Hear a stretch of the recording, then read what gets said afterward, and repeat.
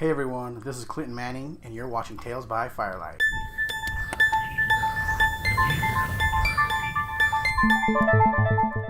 So north of Savannah, there's a city called Columbia, South Carolina, and in this city there's a bridge called the Gervais Street Bridge. This bridge was built and finished in 1928. It is the third bridge to occupy this spot, where the first one was burned by Confederate soldiers, and the second was eventually replaced with the current bridge. So it has lots of Civil War history.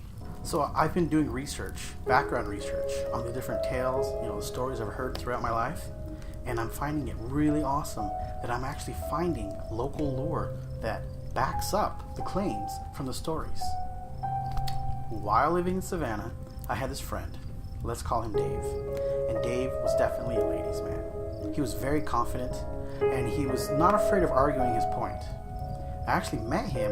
I was with another friend in his car, and we were driving past the famously haunted Marshall House, which is a hotel in Savannah. And when I was talking with Dave, I asked him, so have you seen anything spooky, anything paranormal in that old building?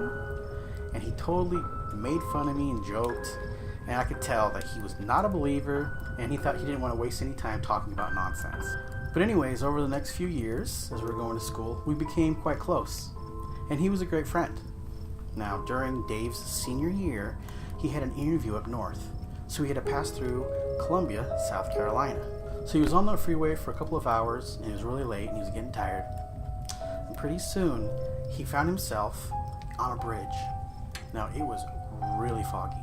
It was such a foggy night that he had almost zero visibility.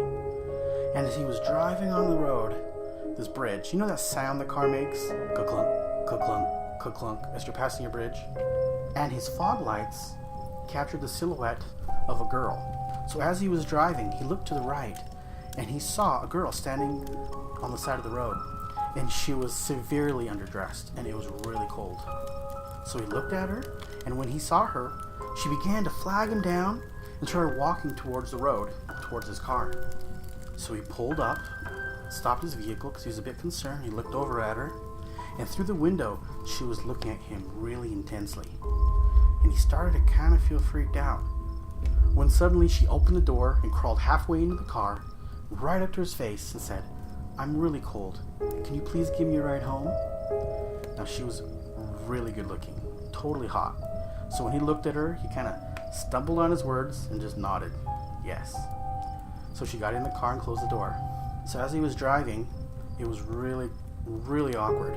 They were both really quiet, and he started to feel really cold in the car. So he reached to turn up the heat, and as he cranked up the heat, all the lights on this dashboard started to flicker, something that he says never happens. So he continued driving, and he looked to the right, and he couldn't help but stare at her perfect little beautiful face. He was just admiring her, looking at her, when she noticed and kind of gave a slight smile, and he quickly looked away. And as he was looking at her, he noticed how pale she looked and how she was very scantily dressed. So he asked her, "It's really cold. What happened to your coat?" And when he looks over, she's staring at him, and their eyes meet, and he smiles this time, and she looks away in embarrassment. So then he tells her, "I'm not from around here, so I need really good detailed directions so I can get home." And then she says, "I just want to get off the bridge."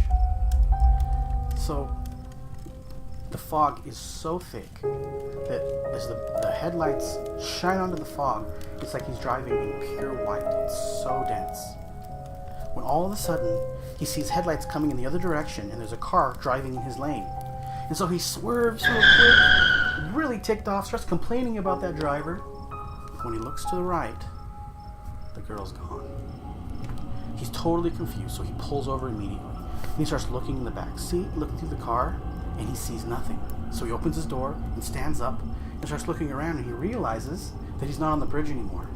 So he turns back and he looks at the bridge, and in the fog, he can see the silhouette of that girl.